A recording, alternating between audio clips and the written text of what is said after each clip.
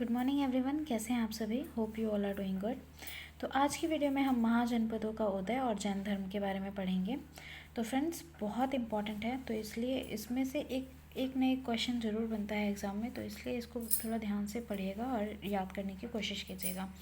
तो यहाँ पे जो है महाजनपद और उनकी राजधानी कहाँ थी और आधुनिक स्थान कहाँ है, ये सब बताया गया है। तो चलिए शुरू करते हैं। बुद्ध के जन्म के पूर्व 6ठी शताब्दी ईसा पूर्व में भारतवर्ष 16 जनपदों में बटा हुआ था। इसकी जानकारी हमें बौद्ध ग्रंथ अंगुत्तर निकाय से मिलती है। याद रखिएगा फ्रेंड्स, कहाँ से मिलती है इसकी जानकारी? बौद्ध ग्रंथ अंगुत्तर निकाय से। अब हम पढ़ते हैं 16 महाजनपद हैं, उनकी राजधानी कहाँ थी और आधुनिक स्थान कहाँ पर है। चलिए पढ़ते हैं। जो अंग महाजनपद था उसकी राजधानी चंपा हुआ करती थी और वर्तमान जो स्थान है वो भागलपुर मुंगेर जो कि बिहार में पड़ता है वहाँ पे था। ये मगध जनपद ये सबसे शक्तिशाली जनपद हुआ करता था और इसकी राजधानी गिरिब्रज राजगृह थी और वर्तमान में इसका जो स्थान है वो पटना बिहार के गया में था। ठीक है फ्रेंड्स। काशी वाराणसी इसकी राजधानी थी और वाराणसी के आसपास उत्तर प्रदेश में है। ठीक है। और वत्स कौशाम्बी इसकी राजधानी थी। वत्स महाजनपद की राजधानी कौशाम्बी हुआ करती थी और इसका एरिया इलाहाबाद के आसपास उत्तर प्रदेश में है। ठीक है फ्रेंड्स। वज्जी की राजधानी वैशाली विदेह मिथिला। ठीक है। वर्तमान स्थान जो है मुजफ्फरपुर एवं दरभंगा के आसपास का क्षेत्र है। ठीक है। कौशल की राजधानी श्रावस्ती हुआ करती थी, फैजाबाद उत्तर प्रदेश में है। अवंती की राजधानी उज्जैन, इसे ही महिष्मती भी बोला जाता था, मध्य प्रदेश के मालवा क्षेत्र में है। मल्ल की राजधानी कुशावती हुआ करती थी और उत्तर प्रदेश देवरिया में वर्तमान स्थिति है इसकी। पंचाल अहिच्छत्र कांपिल्य इसकी राजधानी हुआ करती थी और जो कि उत्तर प्रदेश के बरेली बदायूं फर्रुखाबाद में है। चेदी महाजनपद की राजधानी शक्तिमती और वर्तमान स्थान उत्तर प्रदेश के बुंदेलखंड में। ठीक है फ्रेंड्स। कुरु की राजधानी इंद्रप्रस्थ, याद रखिएगा फ्रेंड्स, इंपॉर्टेंट है ये। आधुनिक दिल्ली मेरठ एवं हरियाणा के कुछ क्षेत्र। ठीक है फ्रेंड्स। आगे जानते हैं मत्स्य विराटनगर इसकी राजधानी हुआ करती थी। मत्स्य महाजनपद की राजधानी विराटनगर हुआ करती थी और जो कि जयपुर राजस्थान के आसपास के क्षेत्र में है। कंबोज की राजधानी हाटक हुआ करती थी और राजौरी एवं हजारा जो कि उत्तर प्रदेश में पड़ता है। सूरसेन की राजधानी मथुरा हुआ करती थी, मथुरा उत्तर प्रदेश में है। और अश्मक इसकी राजधानी पोटली या फिर पोतन, गोदावरी नदी क्षेत्र, दक्षिण भारत का एकमात्र जनपद था। इसको ये इंपॉर्टेंट है फ्रेंड्स, इसको याद रखिएगा। जो अश्मद है जो कि अश्मक महाजनपद, इसकी राजधानी पोटली या फिर पोतन हुआ करती थी और ये दक्षिण भारत का एकमात्र जनपद हुआ करता था। ठीक है। गांधार तक्षशिला इसकी राजधानी हुआ करती थी और रावलपिंडी एवं पेशावर जो कि पाकिस्तान में इसका आधुनिक क्षेत्र है। ठीक है फ्रेंड्स, इसको याद कीजिएगा फ्रेंड्स और बहुत इंपॉर्टेंट है ये। चलिए अब हम पढ़ते हैं जैन धर्म के बारे में। धर्म के संस्थापक एवं प्रथम तीर्थंकर ऋषभ देव थे। इंपॉर्टेंट है फ्रेंड्स, याद रखिएगा। जैन धर्म के 23वें तीर्थंकर पार्श्वनाथ थे जो कि काशी के इक्ष्वाकु वंशीय राजा अश्वसेन के पुत्र थे। इन्होंने 30 वर्ष की अवस्था में क्या किया? संन्यास जीवन को स्वीकारा और इनके द्वारा दी गई शिक्षा क्या थी? हिंसा न करना, सदा सत्य बोलना, चोरी न करना तथा संपत्ति न रखना। महावीर स्वामी जैन धर्म के 24वें एवं अंतिम तीर्थंकर हुए।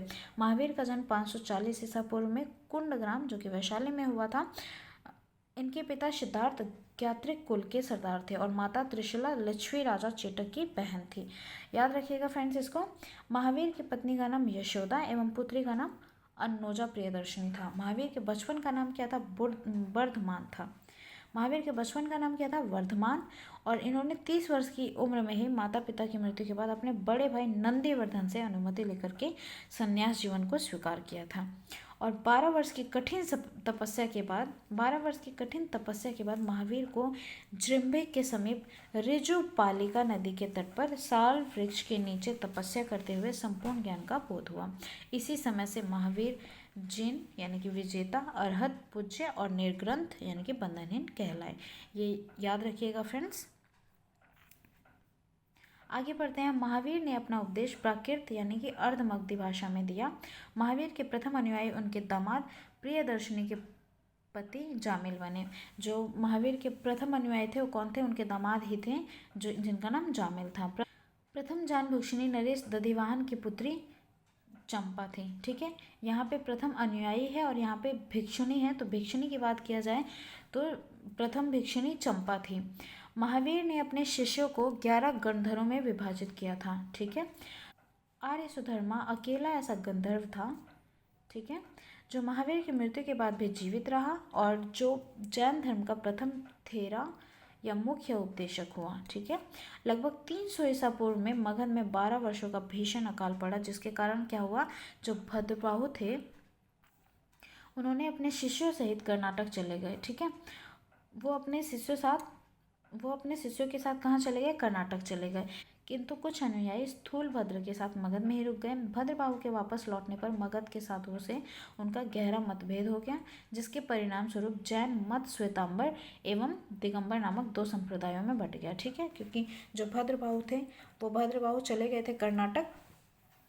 तो देखिए इसको याद कैसे रखेंगे फ्रेंड्स, जो स्थूलभद्र थे वो क्या हुए? स्थल से जुड़े रहे। ठीक है, जहाँ थे वहीं रह गए, लेकिन जो भद्रबाहु थे वो कर्नाटक चले गए। ठीक है, और उसके बाद जब वो आए यहाँ पर कर्नाटक, तो क्या हुआ? जैन धर्म जो है 2 मतों में बट गया, श्वेतांबर एवं दिगंबर।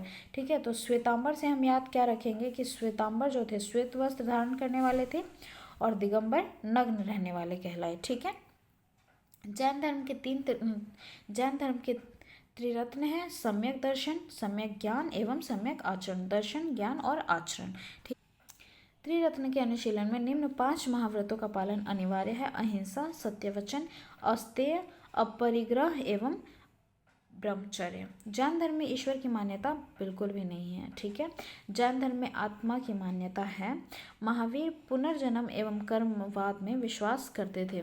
देखिए जैन धर्म जो है पुनर्जन्म एवं कर्मवाद में विश्वास करते थे, आत्मा की भी मान्यता थी, लेकिन जैन धर्म में ईश्वर की कोई मान्यता नहीं थी। जैन धर्म के सप्तभंगी ज्ञान के अन्य नाम स्यायवाद और अनेकांतवाद है। ठीक है, जैन धर्म ने अपने आध्यात्मिक विचारों को सांख्य दर्शन से ग्रहण किया, जो कि सबसे प्राचीन दर्शन है। ठीक है, आगे हम पढ़ते हैं। जैन धर्म मानने वाले कुछ राजा थे: उदयन, वंद राजा, चंद्रगुप्त मौर्य, कलिंग, नरेश खारवल, राष्ट्रकूट राजा, अमोकवर्ष, चंदेल शासक। ठीक है, देखिए फ्रेंड्स यहाँ पे नोट में दिया गया है, ये वेरी इंपॉर्टेंट है, तो याद रखिएगा फ्रेंड्स। जो प्रथम जैन संगीति थी वो 300 ईसा पूर्व पाटलिपुत्र में हुई थी। ठीक है, और स्थूलभद्र इसके अध्यक्ष थे, और जो द्वितीय जैन संगीति हुई थी वो 6ठी शताब्दी में पल्लवी में हुई थी, जो कि गुजरात में है, और क्षमा श्रवण ने इसकी अध्यक्षता की थी। ठीक है, आगे बढ़ते हैं फ्रेंड्स।